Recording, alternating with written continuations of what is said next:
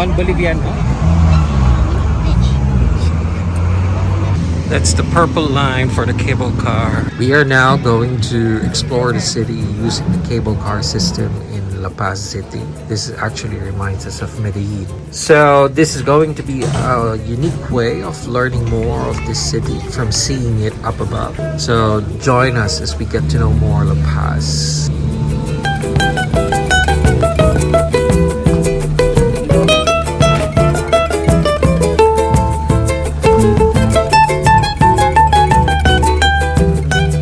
Here we go.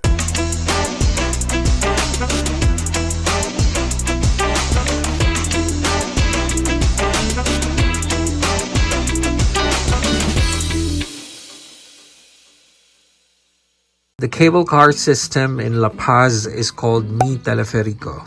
It is very easy and organized, although it can get crowded on busy times. It works exactly like the subway in any other big city. It's very easy to navigate. Once you get the system, it will be easy breezy for you. As you can see, locals use cable cars as public transport, but tourists like us can enjoy amazing views and get the feel of the whole city. It's very cheap to move with the cable car. It's just 3 Bolivians. 3 Bolivians? Yeah. Okay. Yeah. So cheap. Yeah, and it's very convenient because where we start and where we're going to finish by bus could be easily 40 minutes or 1 hour. You have to take at least 3 buses. Mi Teleférico is the first system to use cable cars as the backbone of the urban transit network. It was planned in order to address a number of problems, including a precarious public transit system that could not cope with growing user demands, the high cost in time and money of traveling between La Paz and El Alto, chaotic traffic with its subsequent environmental and noise pollution, and a growing demand for gasoline and diesel fuel, which are subsidized by the state. We're going to the red line. So from here you can see the yellow line. Over there connects with the silver, and the middle with the purple, and at the end with the blue one. Well, this is actually the first cable car that were made. At the beginning it was only 3, the red, yellow, and green line, or the colors of our flag. The red, yellow, and purple lines connect the neighboring cities of La Paz and El Alto, which are separated by a steep slope about 400 meters or 1,300 feet tall, and which were previously only connected by winding, congested roads. These neighboring cities of El Alto and La Paz are the second and third most populous cities in Bolivia. Despite their proximity, travel between the two has always been a challenge due to a difference in elevation. So I think the only negative about the cable car is that these houses, they lost their privacy. La Paz is the national capital of Bolivia, while El Alto, a poor but growing city with a majority indigenous population. So this plan started in 1970s, but this only happened last 2012, which, if you think about the history of this cable car system here in La Paz, it makes it more interesting. Our guide also said nowadays you can spend just 3 hours to explore the whole city by using the cable car. All cable car final stations are connected, so you can move around without leaving the stations. And if you're going to explore this city using the cable cars, there are a few things you need to know. 1, there are no good deals for tourists or even locals. You have to buy a ticket for each ride. So if you're planning to do several trips, you can buy all tickets at the starting point station. 2nd, all cable car stations are very safe. There are security guards everywhere and also cameras. Also, I noticed that all the stations were very clean. 3rd, if you are someone who gets easily confused by public transportation, don't worry. If you will try to enter the wrong route, you will simply not get through. So do not worry about going somewhere wrong. It will not happen. The working hours for all lines from Mondays to Fridays are from 6 a.m. to 9 p.m. But during the weekend, it is only from 7 a.m. to 7 p.m. See this market that is even bigger than the La Paz city. And also here bigger amounts. So those trucks are full of potatoes, tomatoes. So if you are visiting La Paz in Bolivia, and if you only have time for one thing to do in La Paz, I highly recommend to go for the ride on the cable car around La Paz City.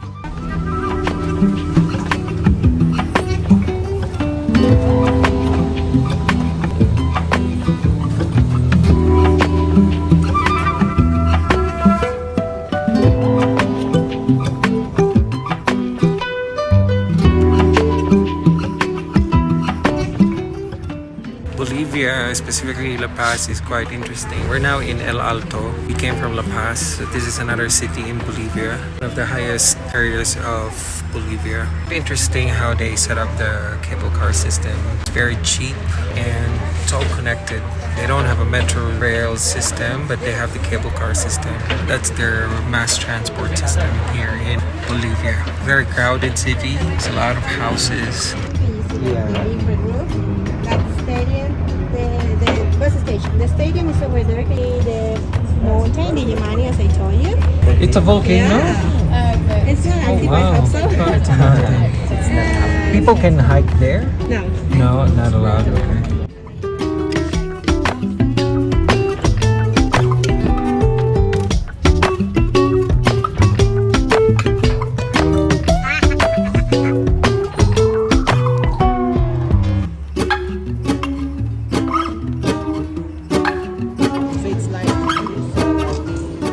This is for a taxes issue. And in here people pay different taxes when you are building your house and when your house is done. Okay? So that's why like a lot of people don't pay in their houses because it's considered like it's not done. Ah, okay. So anyway, if you look like some paint houses, look well because it's paint. Oh, that's nice. So the people paying this during the pandemic. Really? They decide to have this very colorful kind of city. And as I told you, they paid this during the pandemic because a lot of people lost their jobs. They couldn't open their business. So yeah, they decided to have this.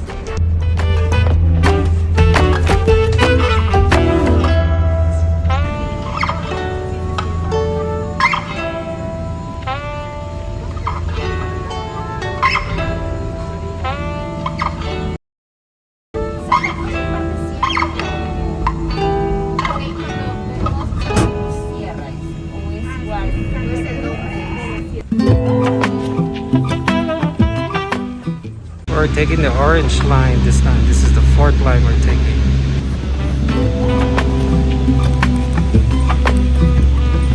It used to be the train station, but it closed in 1997. And since 2014, we come to the cable car station. That's why like it looks like this. It was a train station. And I don't know if you already get the local beer. Yes. But the factory is over there. So the name of the beer is Paseña. Is it good? Yeah, all people like.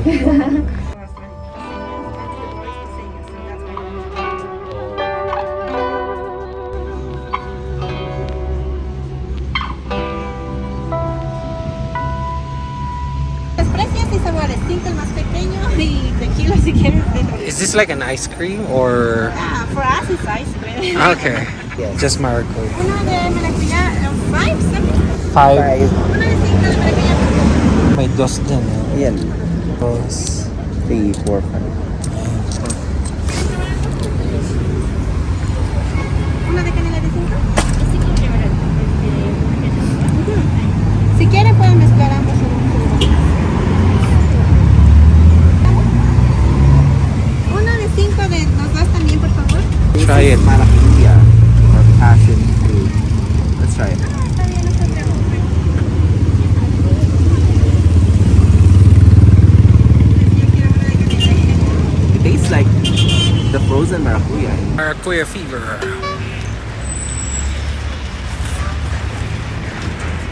How's your maracuya?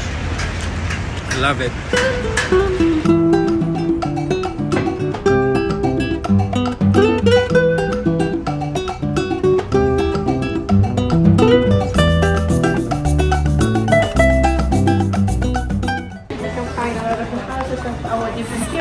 Okay. For example, that yellow one was the house of Pedro Domingo Murillo.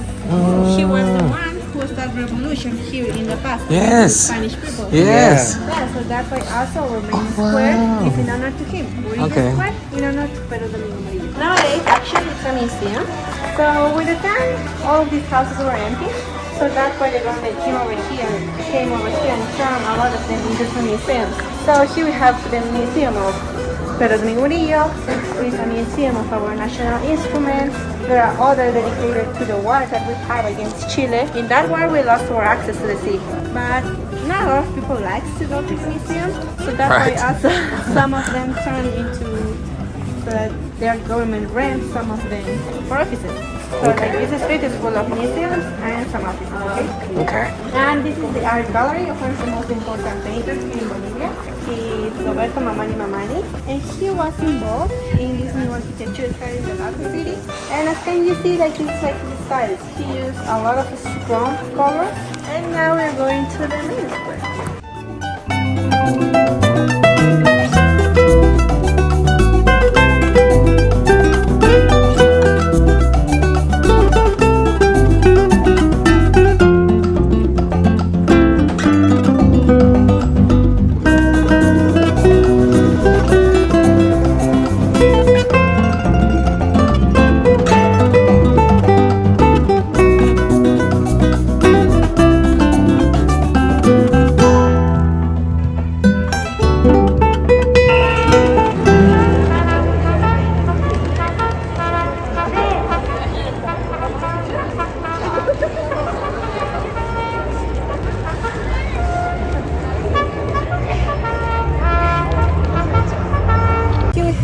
Cathedral, the government palace, and the legislative palace. And what can you see now is that they put off the flags.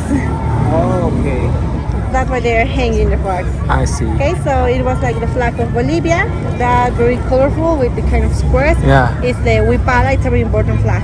And also in those one, it was like the flag of the 9 states of Bolivia. Okay, so they put off all the flags. I see. Yeah, so here we have something interesting. I think you can see it from here. So let's go in now, okay? Okay. Yes, so from here in the Legislative Palace, we have something interesting. I want you to look at the clock, and you're going to notice that it's backwards. Yes. Okay? Why is it? So that's not a mistake, okay? Actually, the government did that on purpose. Our ex-president, Evo Morales, he was the first indigenous president, okay? Oh, wow. So he was against of all the Spanish people, the globalization, the capitalism. He was against even to the United States. And when he was running the country, he kicked out the embassy of the United States here. And nowadays, the people from the United States, they need visa to come over here. Oh, okay? that's why. So affect a lot to our tourism. Before him, they didn't need visa, but well, with that you can imagine how against he was of all of this. So, and actually when he was during the election season, the speech that he used to give, it was like, we are going to go back to our roots when the Spanish people were not here. So that's why they put the clock in that way. It's like back in the time when the Spanish people were not here. It's more symbolic. Oh. Okay, so also from here you're going to see these 2 buildings. So these 2 are kind of controversial. I mean, we are in a socialist government. Correct. Okay, and as I told you here, the poverty average is very high, and also we have protests all the time, and they are always asking for money for the government. Okay, but the government's answer is like always the same, like we don't have the money to help you to do that. But in 2016, they decided to build this, and a lot of people didn't like, because like you are saying that we don't have money, but you decide to build this. Right. Okay, so we had one protest because they didn't want to build this. Okay. They didn't care, and they finished this building in 2018. And when they finished this one, we had other protests because the people wanted to turn this building into a hospital or something like that. Okay. They didn't, and when they finished this one, they start with the black one here. Okay. Okay, so both are just offices for the government. Okay, it's just that. And in 2019, when Evo Morales left the country, the journalists go inside and they find very luxury and expensive furniture, like a desk that it was like more than 50,000 of Bolivians. So, Really? Yeah. Was so- he removed from the position? Yeah, we can say that. But Okay. he left the country. Oh, okay.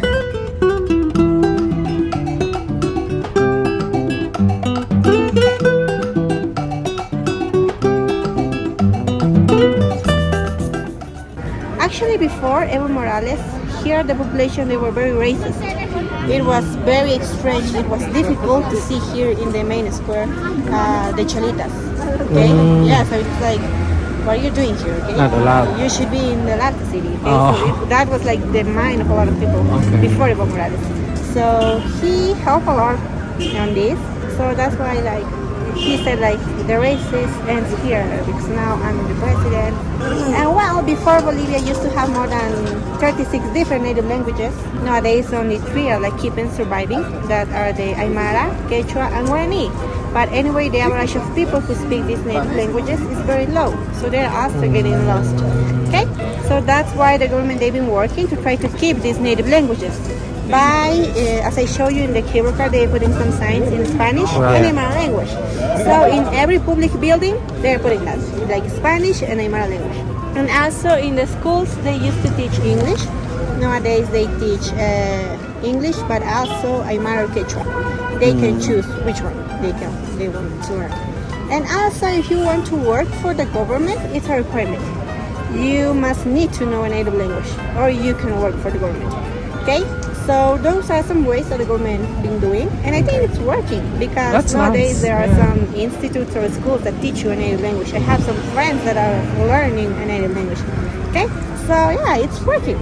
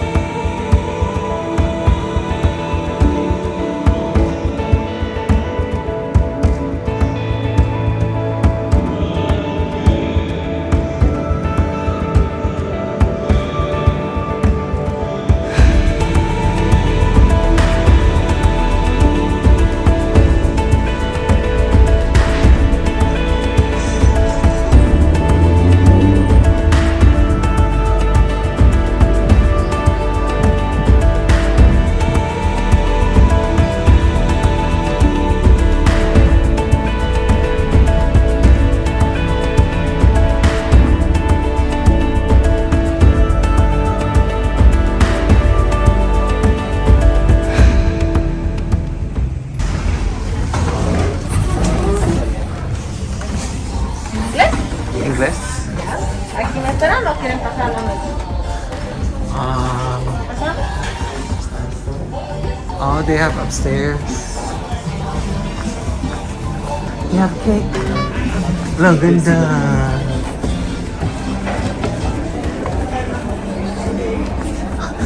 Sige, talaga tayo. Yan. And they have cinnamon bread. Oh my god, I get so excited for that.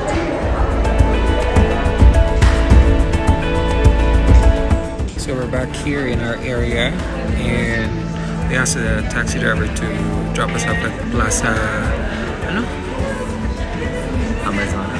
Araboa. I forgot. So this is the closest plaza to our Airbnb unit and we found this manq'a restaurant and it's so nice. This is where we're gonna have a dinner. We still can't withdraw money, so we are eating somewhere where they can accept card so we can survive here in Bolivia.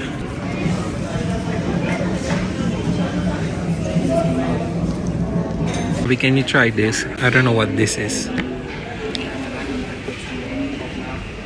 Maybe it's a peanut sauce, I don't know. It smells like chili.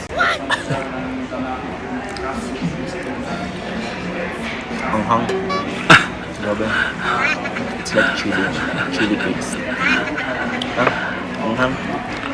But masarap. Sa'yo na. Maanghang siya, but masarap. Sobrang anghang. Grabe.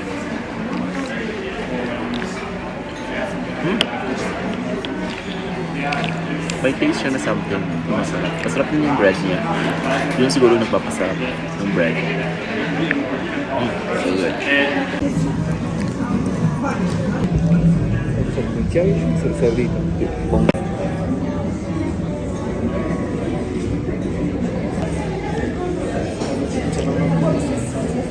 We're doing some quick grocery because tomorrow we'll just be at our unit.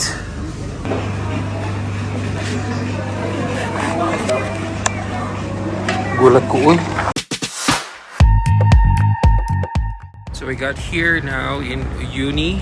In this way, my dear friends, Uyuni, or in the past it was pronounced Hayuni, it means like Hayu. Hayaya! We're here at the salt plantation, but our energy level is down to 10%. Here we have to fill all the salt, as you can see in this example.